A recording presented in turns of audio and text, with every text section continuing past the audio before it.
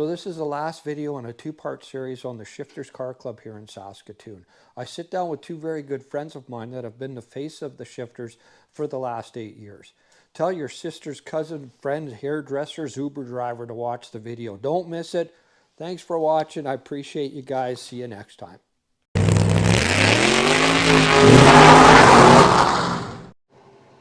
Welcome back, everybody. So we got two special guests in the house today. Rochelle and Kelvin of the Shifters Car Club. Welcome, guys. Thanks for doing this with me today.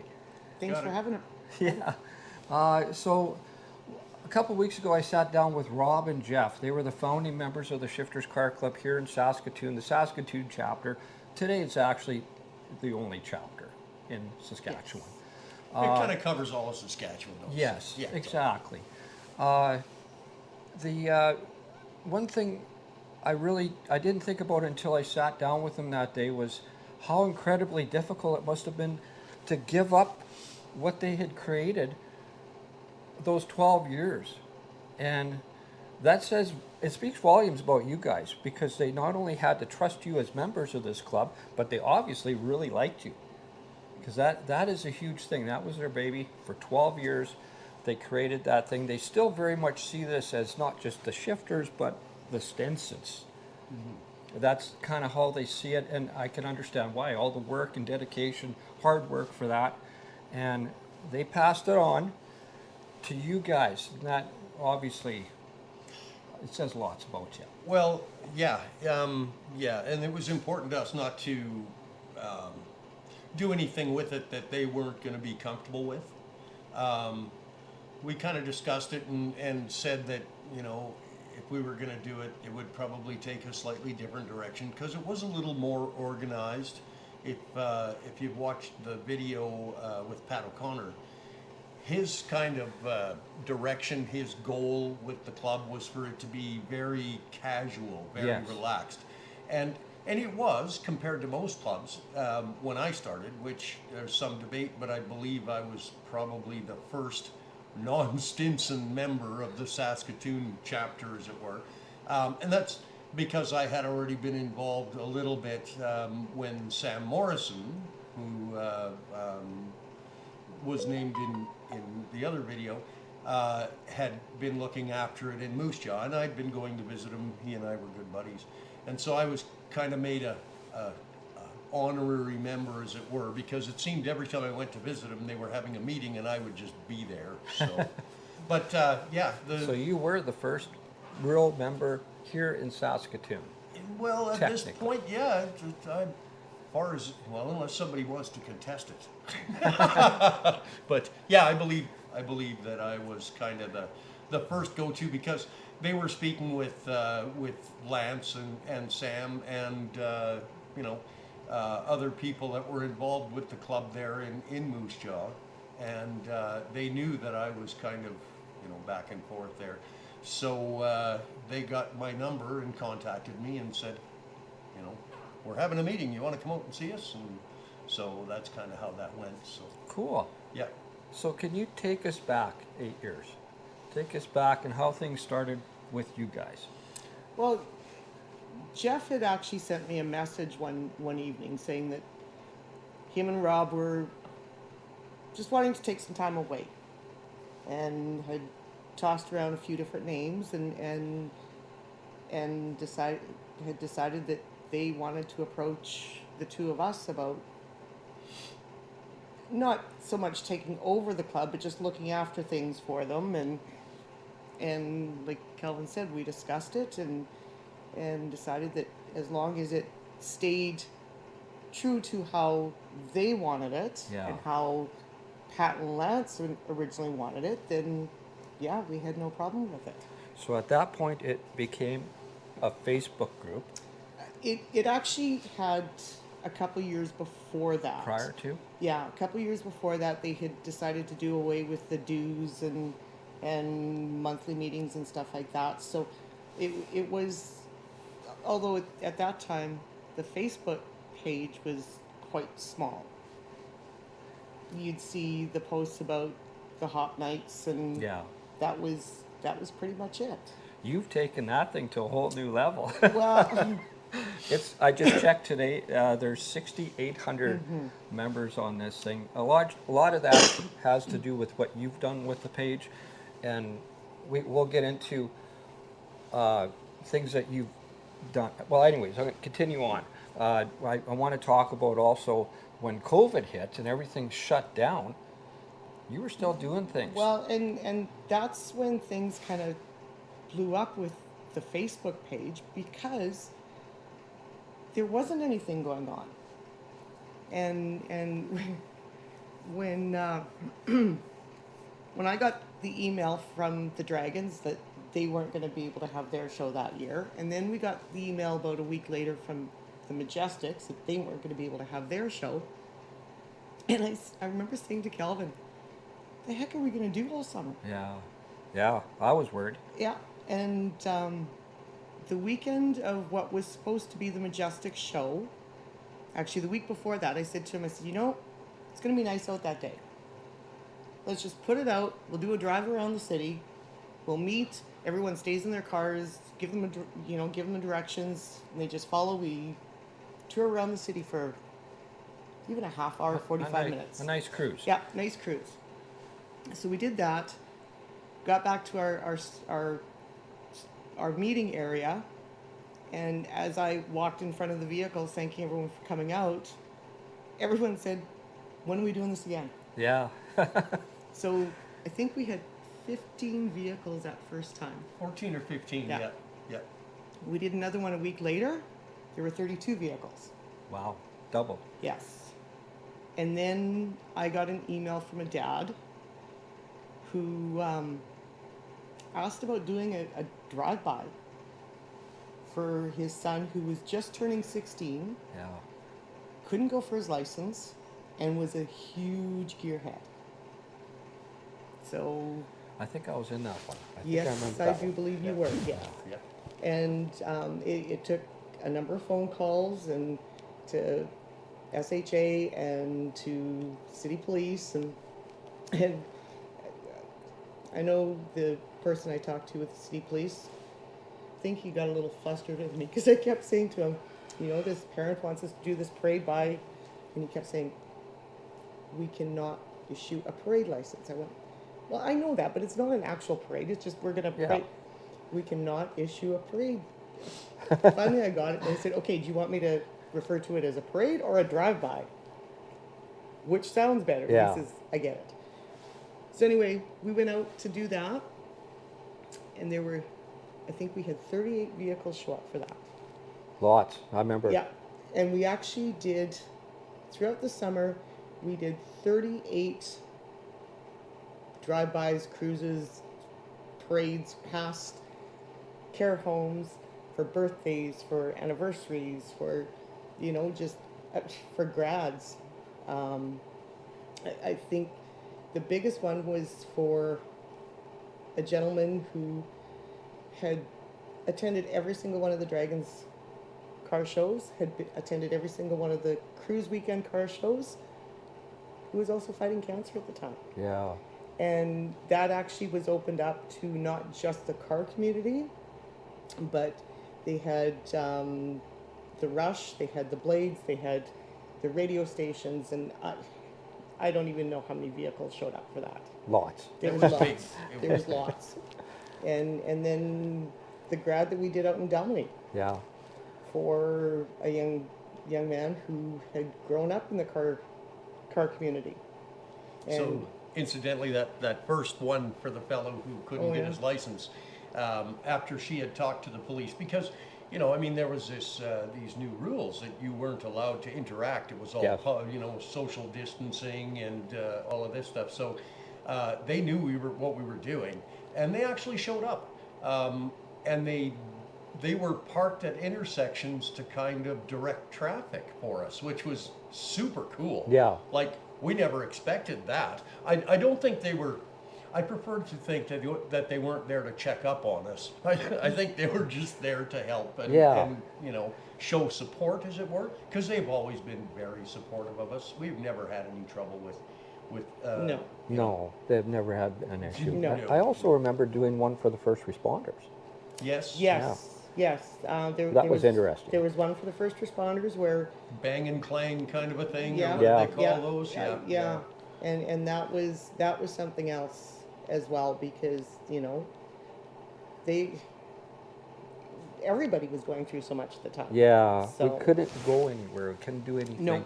And you were creating these little things that we could do as a car community and get together and still, remain within the rules. correct. And we couldn't have been happier, because when we were doing those things, we found that it really opened up the car community. It really, opened up, Huge. actually brought it together. Brought everyone Yeah. together. Where we had members from the established, well recognized and accredited clubs showing up at these things and contributing and being part of it, and we loved it. Yeah. It was awesome, because up until then, the groups, not necessarily an intentional thing, but a lot of them kind of kept to themselves, because they'd have their meetings and what they were doing was kind of as a club, and now all of a sudden that stuff wasn't really going on anymore.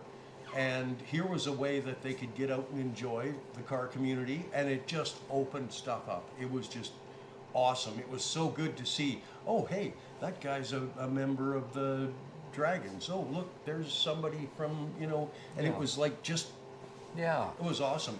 And that's kind of carried on too over the years now, more and more, where everybody recognizes that this is about all of us as a car community. It's not about any specific club. Everybody is a part of the larger thing.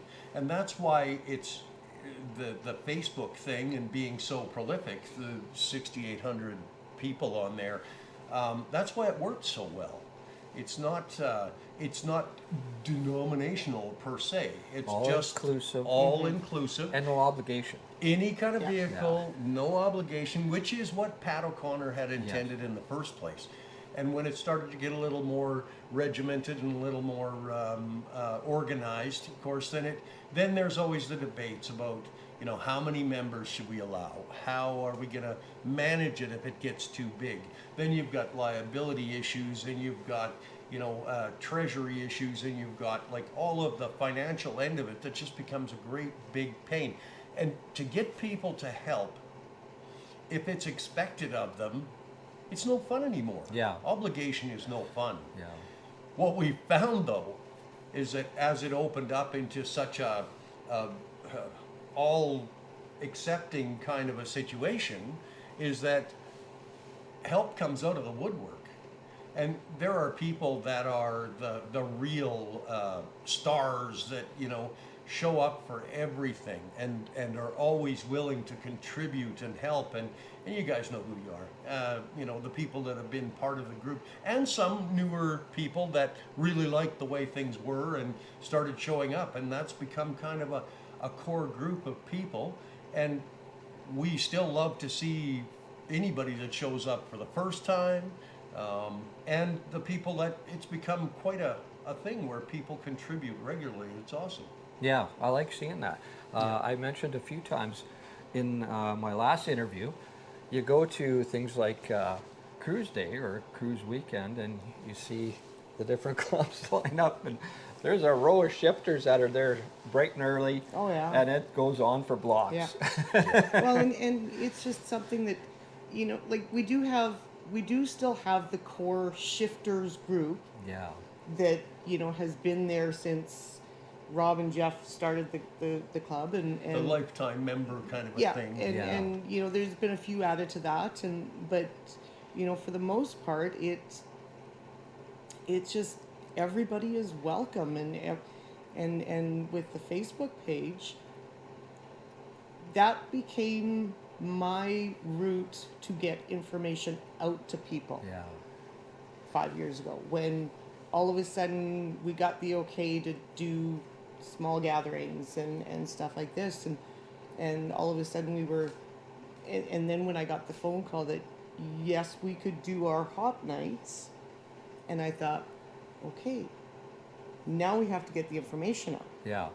not just for us but for all the other clubs. And so I started doing what Jeff had been doing for years via email to the actual club members, but doing it on the Facebook page. And it has grown exponentially. Snowballed. The amount of events that I post every Tuesday afternoon. Yeah. Like that, of I course. very much personally rely on that heavily, and my YouTube channel. I don't know where I'm going unless I'm on that page every Tuesday. You know, I mean, only fair. There's a fella, well, Dale Taverch, who had done the auto events calendar for yes. years. Okay, and it was a paper copy, and it was, well, there were times when it was difficult to find it, but he did a pretty good job in the early years of keeping sure. us posted and keeping us informed as to what was going on.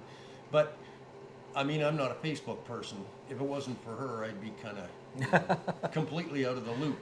But I mean, there was that paper copy. I'll give him full credit for that because he did a very good job. I think though that this is definitely a way to reach more people, and Yeah. well, apparently. He was Seems to work. relying on other organizations to get a hold of him, and then he would post his thing, whereas you're actually creating a lot of the events for the longest time there when it was, you know, the drive-bys and the birthday cruises and all that stuff. Well, but that wasn't just me. Like that, I do want to be very clear. I wasn't the only one looking after that. There were a lot of emails that went to other organizations like the Dragons or the 567 Club and stuff like, and organizations like that. And thank goodness for Dave Brock and Norm Moles, Antique Auto Club. the Antique Auto Club, because those two helped out huge. Because if, you know, at that time, with working full time and, you know, the few family stuff that we were able to get together for, there's no way I would have kept my head above water. So thank goodness for those two helping out with that, and you know, it was great. And you know, I'd get a phone call or an email from one of them saying, hey, how about this, or hey, can we do this? And there's sure, also okay. been well, the Sask Car Show's Facebook page. Yes. That was it was already kind of established. I don't know much about it, not being a Facebook kind of guy, but the fact that Rochelle was a contributing part to that, and though that kind of became the go-to was the Sask Car Shows or the Shifters Facebook pages. So yeah, we're pretty lucky to have that kind of an organization, or that kind of her and the other people that look after that stuff, or that kept us going through all of that, you know. I've noticed things really grow in the car community here, and then part of it is because we're better informed. It's getting out there to more people. More people are coming out because they know about it. And more people are finding that one of the best ways to bring a community together is through these little pop-up car shows and stuff like this. And you know, they're being used. They're great for get-togethers, great for fundraisers, and we're seeing a lot more of that. Yeah. And not just in the major centers. Look at some of these small communities. Like we've got this fairly new club down in Swift Current, the Road Cruisers, who 4 years ago were just a few of them. They have now turned Swift Current into one of the major, to a very major car community hub with their Tail Light Tuesdays and their Chrome Out and Cadillac show that they've done the last 2 years. That's which is a cool. tiny little town that I think they had now correct me if I'm wrong, I believe it was about 120 cars out there this past summer. That's pretty good. Yep. So, you know, like, it's been great to see the resurgence in our car community. We're very pleased to be part of it, but in reality and in all fairness, it's the people that keep showing up for these things that drive the success of all of it. The whole car community in general. Anybody that shows up with their pride and joy, or even their dream, you know, something that you know, someday might be what they want it to be, but they can enjoy it now. And those are the people that are making this car community what it is. The people that actually come out and enjoy. And it's just an incredible group of nice people. Like, Yeah. you know, car people are pretty straight up Oh, folks, yeah. you know. One thing, like, I had to give credit to Rob and Jeff, the Stinson family in general, for creating, you know, we had things like the Dragons Car Show and some of the little different events that were going on. Wanted to give them credit for starting that weekly event thing that gave us something to do every single week. And now, today, not only do we have things to do every single week, but there's more people that know about it because of where you've taken this thing. It's just all you guys, you know, both the Stinsons, yourselves, you've really grown this car community, and not just the dedication to the club or the hobby, but you've really grown the thing. And I wanted to give you guys credit for that. The whole shit, and it started. I know it started with Pat O'Connor. If anybody had a chance, please watch. The interview with Pat O'Connor, my good friend Mike, Mr. Heated Jackets Quebec Garage sat down with Pat O'Connor, who actually founded the whole club. It was based in Moose Jaw, Saskatchewan, and then branched off into Saskatoon, where we are here today, and with the current face of the Shifters Car Club here today. Something else I'd kind of like to mention is in terms of clubs. Well, the Dragons Club, which I mean, you can't talk about the car community in Saskatoon without them being a major focus of it. And the Coachman, Majestics. down in Regina, but you know, it was those guys that laid the groundwork. You know, back in the 50s and 60s, and you know, hot rodders, it was almost like a bad word. You know, Yeah. they were kind of rebellious and troublesome and you know, disruptors. You know, and it was groups like that that legitimized our hobby. That, like, through their charitable works and various things, specifically talking about the Dragons here, they made it not only acceptable but respected. Yeah. And that opened the door for what we have now. I mean, without that, it would have been difficult to get anywhere with it, you know? They had a real sense of community. They Yes. did. Yes, they did. Yes. Yeah. First car show in '61, and that was just a group of 7 guys that went down to, I forget where it was, Winnipeg or some car show, and they came back and said, let's start a club and let's do a show. Pardon me, the club started in '57. First show was in '61. But yeah, I made that mistake. I said that wrong in the last video. I said Oh, they you- started. Anyway, 1961 was the very first Dragons car show, and yeah, they had a sense of community here, and they wanted to give back to the community, and they did things like did grocery hampers Christmas time and put seatbelts in cars and for people. And I believe the Majestics worked along the same line when they first started as well, and you know, so those are 2 of the major clubs in the province that have done a lot for the communities and things like this, and the rest of us are kind of riding their coattails. I guess in a way. I guess in a way that's correct. But I'm grateful for what you guys have done, what the Stinsons did, what Pat O'Connor started, essentially the same dynamics as what he wanted. Exactly. Really cool. Yeah. Yeah. And you know, it's nice to see it's not just the classic car community, but we've got another group out of Moose Jaw as well that has I've been very impressed with everything I've seen of them so far, and that's that Next Gen Club. Yeah. Yeah. You know, they've got the newer imports and things like this. There are some classics in there, and just seeing what they hit up as many of the major car events throughout the whole province as they possibly can.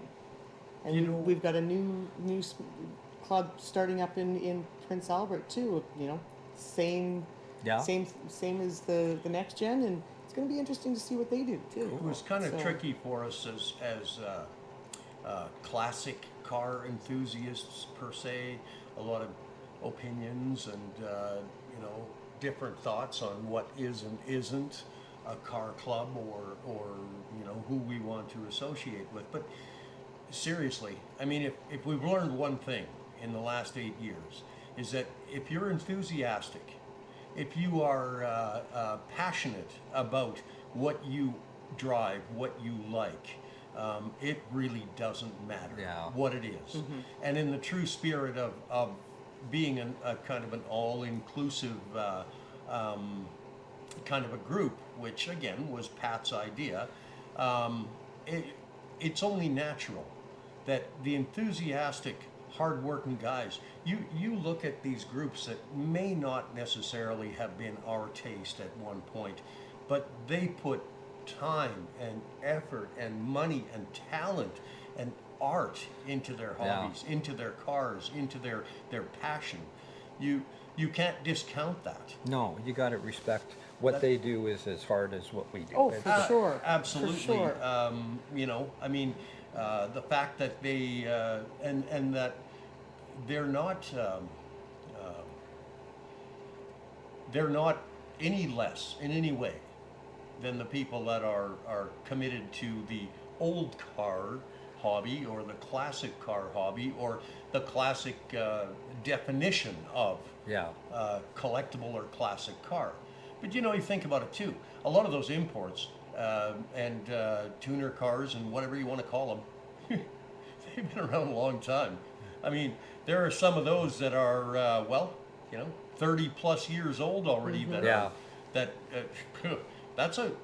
Is it a classic? Certainly, why not? If it's their passion and they look after it and they do such wonderful things with it, you know.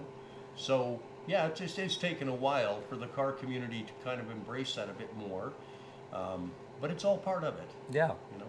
I agree. One thing I wanted to mention before we forget, this beautiful piece that you brought here today was made by Owen Gencard, a member of the Shifters Car Club. And yeah, who's got way more talent than most of us can shake a stick at. He's a bead roller. This is his hobby. He not only is amazing custom car builder, yes. but he's gotten into bead rolling things. You could see him. He always has a booth at the Dragons Car Show right next to the Battle of Automotive Technicians, and he's doing things like this. And thanks for bringing that today. Yeah, we were very fortunate to get our hands on that one. It was a limited thing, and he had made, I believe it was 3, if I'm not mistaken, and he offered us this one. Jeff and Rob had originally asked for them, so. That is very interesting. Jeff and Rob brought the original artwork. The original artwork, made by Lance. Yeah. And it has not changed. It's exactly as it was. I was fortunate. I got to meet, like back in the day. I got to meet Pat and Lance and all those guys when the Shifters was kind of fledgling in Moose Jaw.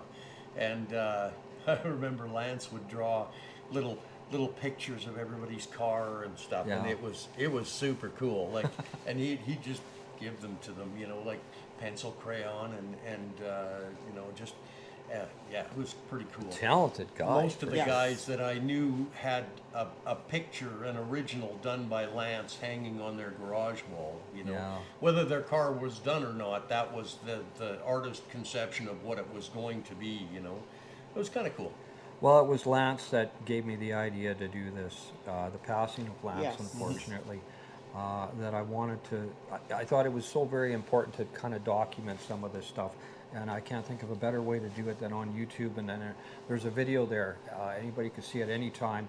And please also watch Mike's video, Mr. Heated Jackets, Quebec Garage. You'll get to see Pat O'Connor, in his own words, how he started this car club.